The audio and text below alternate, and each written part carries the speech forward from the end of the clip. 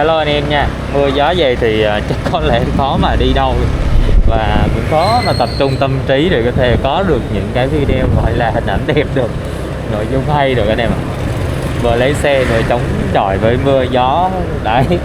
Nói chung là cuộc sống là khi mưa xuống cảm giác nhau mọi thứ là nó sẽ trở nên ít màu sắc hơn, ít sáng sủa hơn, và sao nhờ, kiểu có một gì đó trầm trọng tối tối. Thì cuộc sống mà nó sẽ có khoảng lạnh này rồi khoảng lạnh kia, rồi có trời mưa thì cũng sẽ có trời nắng, có lúc buồn thì cũng sẽ có lúc vui đấy, rồi có hân hoan rồi cũng sẽ có nuối tiếc. Và một trong những điều nuối tiếc hôm nay chúng ta sẽ trò chuyện là gì mọi người? Đúng rồi, giá Bitcoin đã tăng lên đến 98.000 đô một Bitcoin rồi, giả sử như cách đây 2 năm thì chúng ta mua vô với giá là 20.000 thì bây giờ chúng ta đã có bao nhiêu rồi ạ? Nhân 4 lần rồi đi mà. Đấy là giả sử thôi nha, mà trời mưa quá mọi người ạ. Chết rồi, đang tính đi quay ngoài kia nhưng mà mưa. Được rồi, test con cam cũng khá nhiều lần. Có một lần không biết sao nó tụ nước bên ống kính á, bây giờ đâm ra cũng sợ nên mà có thể là nó bị hở hay là nó bị lạnh gì đó, nên thôi bây giờ mình nhịn đi. Rồi sáng mở ra cho thấy Bitcoin để sợ luôn anh em.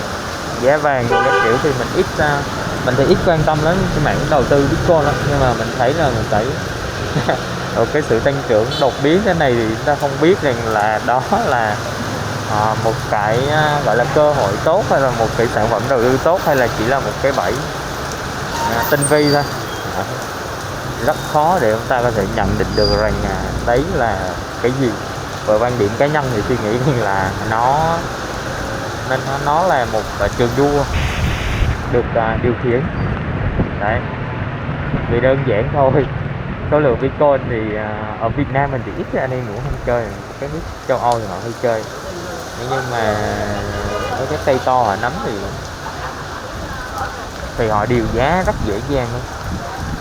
Nó cũng ảo thôi mà, nó chỉ tốn tiền để ngày xưa là đào. Những người có tiền họ đào nhanh nhiều nó sẽ ra.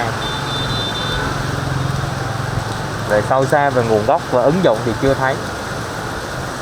Nó xây vẫn thiên về những cái giá trị nó mang tính chất thực tế như vàng, tiền tệ đấy.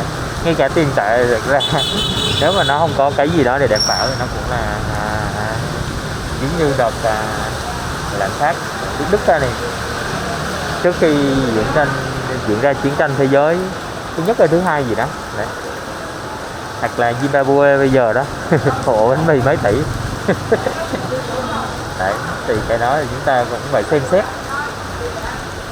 Đi sâu quá thì nhiều khi là phải luận cứ rồi các kiểu mới thỏa mãn được. Còn kiểu nói chuyện chơi thì mình chỉ nhắc đến sự kiện thôi. Anh em nào có nghĩa là quan tâm thì mình tiếp tục mình tìm hiểu sâu hơn cho nó gọi là đầy đủ, chính xác và thấu hiểu hơn. Còn nếu mà người không quan tâm thì có nói nhiều cũng như vậy thôi nên là đấy, con trình của mình thì nó chỉ như đấy thôi. Đang tính qua giờ sau link anh em ạ, qua bên đấy xem thử mưa gió như thế nào, rồi không đi xa được thì mình đi những cái thân quen. Sáng giờ ngồi livestream cờ nhưng kiểu mình đánh, trời ơi mấy đợt này mình đánh toàn với cao thủ không á, đánh tầm 3, 4, 5 ván là nó nhức cái đầu. Đánh với anh em yếu hơn mình thoải mái hơn. Hôm nay lên kỵ sĩ nó cứ toàn đẩy cho mình cao thủ không à. Nghĩa khi chúng ta vượt qua một cái hạn mức nào đó thì cái đối thủ của ta ngày càng lớn. Cuộc sống phải luôn luôn phải phát triển, phải vươn lên. Đấy. Đó là trong cái trò chơi người ta mặc định, người ta gửi cho mình những cái thủ xứng tầm thì nó có hai cái nguyên nhân. Một là người ta để kích thích mình phát triển, hai là người ta cũng tìm đối thủ xứng tầm để có thể là giảm bớt khả năng thăng tiến của mình lên. Mà nếu mà anh cứ không chinh phục được thì mình mới tiếp tục chơi ở trong cái trò chơi của người ta. Chứ còn nếu mà cứ đánh thắng hoài thì đâm ra cũng ngán, là thua hoài thì cũng ngán. Khi mà anh cầm kỵ sĩ mà anh rớt xuống kỳ thủ thì anh lại ở top đầu kỳ thủ, quýnh top đầu kỳ thủ xong lên lại top cuối kỵ sĩ, cuộc chiến cứ chinh chiến hoài vậy anh em ạ. đâu nó cũng có cái hấp dẫn riêng. Đấy, nhưng mà kiểu bị phân tán nhiều cái công việc khác á, nên nếu mà đầu óc mình quá căng thẳng thì mình không tập trung được, nên nó sinh ra những cái vấn đề là mình cần phải set up lại những cái nội dung khác. Đang chờ tạnh mưa để di chuyển tiếp. Nghe bảo Bình Định sắp có hoa hậu nữa, sắp tổ chức hoa hậu tiếp theo. Đấy, đợt này sẽ tổ chức ở FLC. Hy vọng rằng là sau những cái sai lầm và sau những cái điều vấp ngã thì chúng ta sẽ có được những cái điều mới ở những cái sự kiện cũ, chứ không nên là nhắc lại nó với sự đau thương. Quan trọng là giải pháp để xử lý này. Chúng ta trong cuộc sống cũng vậy mà, ai không mắc sai lầm, rồi mắc sai lầm thì cũng không thể nào là đau khổ trong đó mãi được, tự trách mãi được, mà chúng ta phải tìm cách thoát ra, giải phóng và tìm giải pháp xử lý các cái vấn đề mà đã gây ra hậu quả, phát triển thêm. Thì cái dự án nó cũng vậy ạ. Nó chỉ khác nhau là ở một cái tầm dự án thì lợi ích cái người đã lấy đi rồi, còn để lại những đau thương cho người ở lại, nó không đồng đều. Giờ làm sao cân đối cho nó đồng đều, nó sẽ hình thành cái dư luận. Thì nếu mà nó không có sự công bằng ở đấy, cỡ kẻ mắt người được, kẻ được thì nó im ru người ta im ru, kẻ mắt thì chúng ta phải đòi hỏi quyền lợi thôi. Giờ sao? Nói chung là chuyện thiên hạ thì không liên quan đến chuyện của mình, nên mình cũng sẽ lẳng lặng mà cho qua, cho đến khi mà chúng ta bị mất đi cái lợi ích của chính mình thì chúng ta sẽ lên tiếng thôi. Đấy, chứ nếu như mà cũng nhiều video mình gặp những sự kiện mọi người phản hồi á, nhưng mà nếu mà mình ở ngoài cuộc mà mình chưa hiểu rõ thì mình cũng không thể nào mà dấn thân bỏ công việc hiện tại cơm ăn để mà theo đuổi được. Nhưng nếu đó là chuyện của mình thì mình phải tìm tới gốc gác luôn, tìm ra thử là mình có giải pháp nào để xử lý hay không, cải thiện cái tình hình hiện tại hay không. Đấy, thấy không, là người ta nói là chuyện gì cũng vậy, có muốn làm hay không thì cũng đúng. Nó phải có động lực. Nếu đi làm thì phải có lương. Đấy, ít người làm không công, ít người kiểu xây dựng hình ảnh đẹp và thực hiện cũng đẹp. Như mình thấy Đen Vâu là một cái hình ảnh đẹp này, hoa hậu hơn như em. Đấy, có thể là chúng ta chưa phát hiện ra những điều chưa đẹp, nhưng mà hiện tại là chúng ta cảm nhận về con người và cái hành động của họ là phù hợp với hình ảnh họ xây dựng, và mình rất là cổ vũ tinh thần của họ. Đấy, những sản phẩm, những cái MV hay là những cái câu chuyện của họ rất là truyền cảm hứng nha em.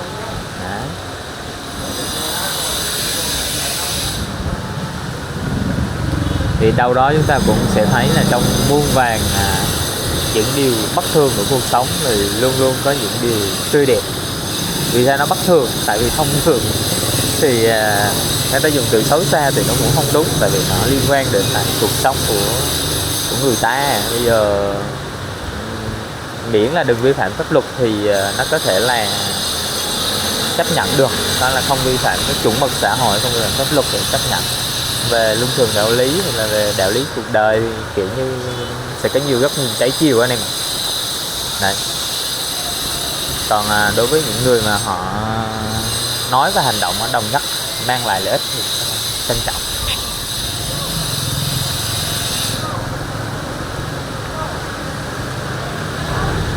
Trời, góc quay này chờ mãi mà nó không tạnh mưa anh em. Đây là đường Trần Thị Kỷ nha.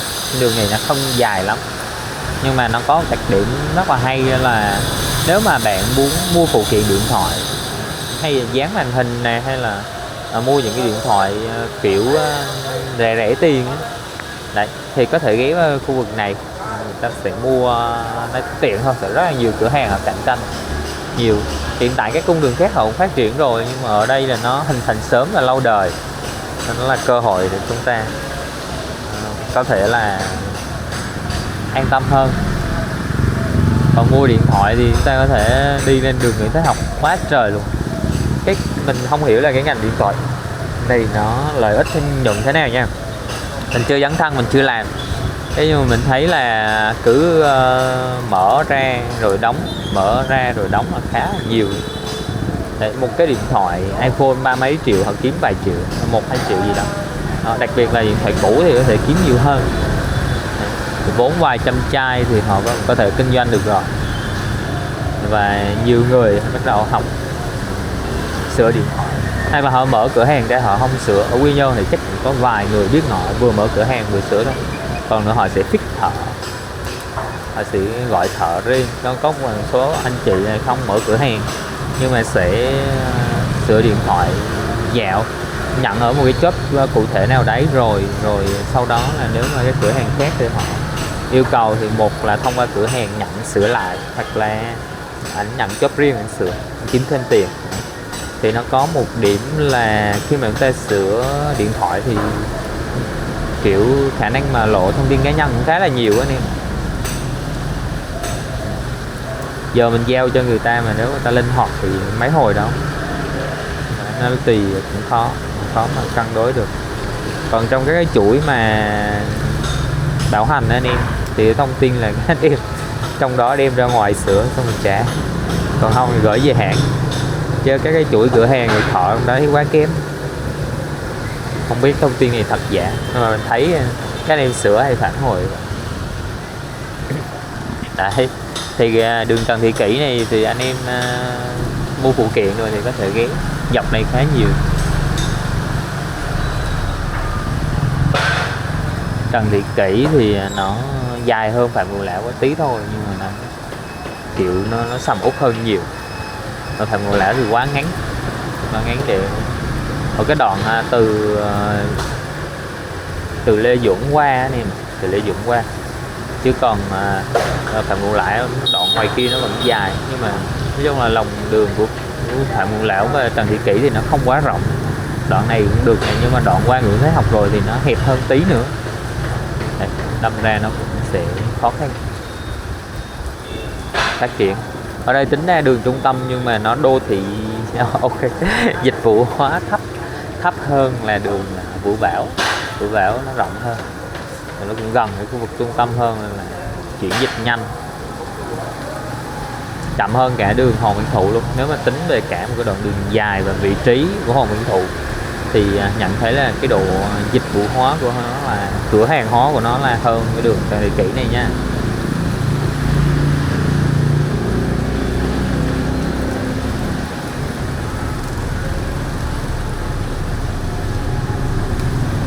Ok, chờ mãi mà mưa nó không hết đây nè,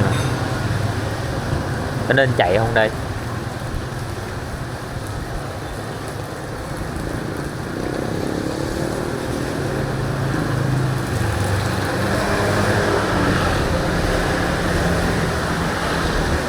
Đứng ở điểm này nó hay cái là gió nó không tạt theo đúng hướng, nên là mặc dù mái hiên rất là thấp nhưng mà chúng ta vẫn không bị ướt, thấy khá hay ho. Ui, chờ tạnh chắc việc khó đấy.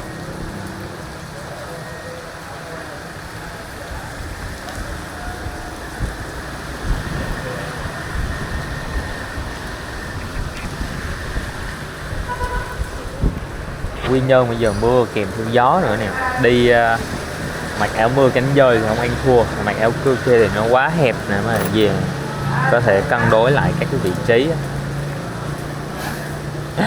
Ok thôi, mình sẽ dừng video ở đây nha và chạy về nhà thôi. Hẹn gặp lại anh em ở video sau đi. Ui, tính đi chạy đoạn mưa này một tí mà không được rồi.